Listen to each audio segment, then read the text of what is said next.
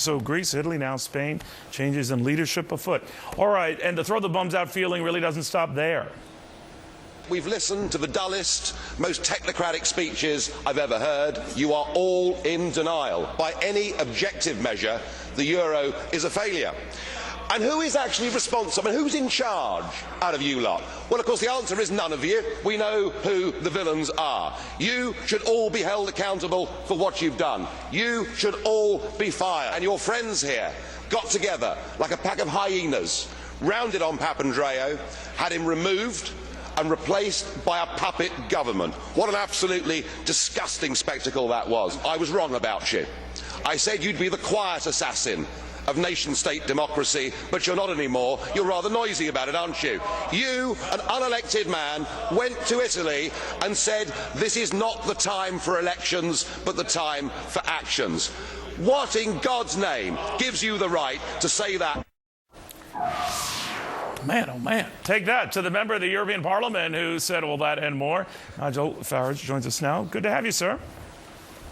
Good afternoon. You know what I admired about that? You were there right to these guys' faces. I mean, it wasn't something done behind their back and all that. Was maybe the nature of your system that you can do that. What kind of reaction were you getting from the folks you were targeting? Well, of course, the answer is none of you. Well, of course, they do their absolute best to ignore me, right. Because they know I'm right. I mean, you've got to remember that what we've constructed in this European Union is a system where the people that make the laws, the people that have authority, are not elected. And I've been saying for a decade, this is an undemocratic form of government, and that is totally unacceptable. And of course, as time goes on, they know I'm right. They know I'm right about the lack of democracy. They know I'm right about the fact that the euro was a total misconstruction from day one and was never going to work.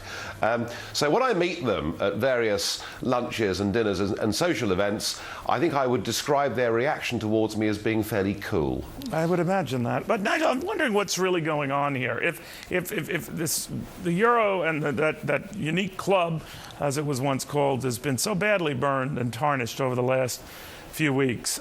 They want to keep the club going. They want to loosen maybe membership rules, maybe give a little bit more wiggle room to the members who might not qualify. So they're obviously struggling to keep it together. You think it's all but fallen apart?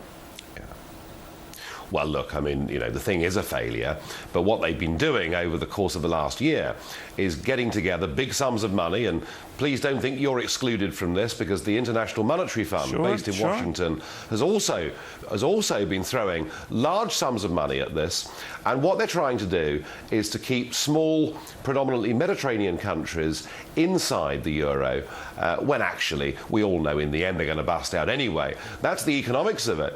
Why is that inevitable? Why is that inevitable, Nigel, that they're all going to bust out? They argue that they can get this club back together. You think the better part of valor is for every country to do its own thing? I mean, Britain never joined the euro. There's been talk that it still might, but Italy goes the lira route, Greek goes the drachma. In other words, everyone reverts back to their own currencies?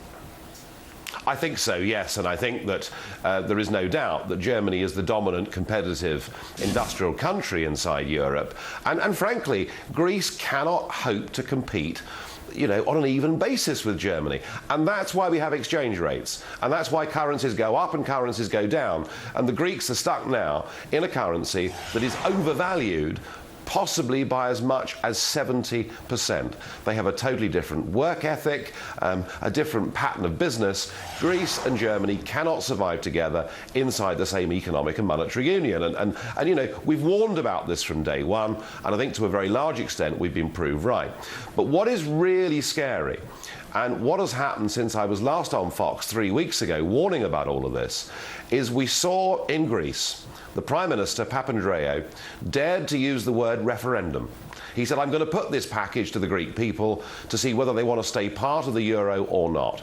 With that, the bosses in Brussels rounded on him, had him removed and replaced by somebody who had not been elected as Prime Minister and was a puppet.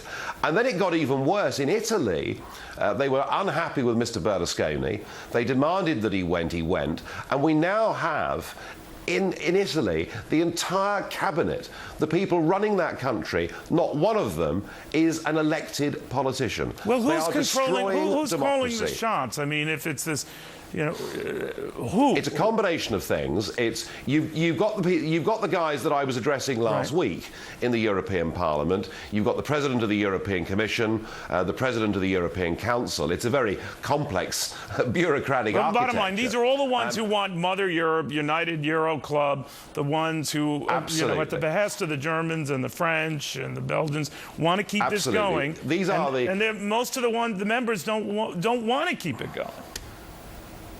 Well, that's right. But what has happened through the middle of all of this is Chancellor Merkel from Germany has now become the dominant figure. And she's in a very difficult situation because the Germans are very unhappy signing a blank open cheque to Greece in perpetuity. And she has now really rather taken charge of the whole of the European situation. So we now have a German-dominated Europe.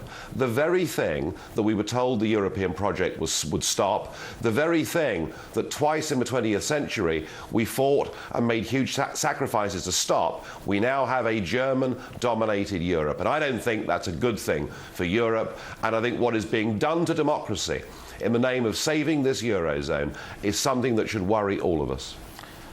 You're an amazing speaker, Nigel, and you cut to the chase. Very good seeing you. Be well. Thank you. Nigel Farage. All right, stocks are not...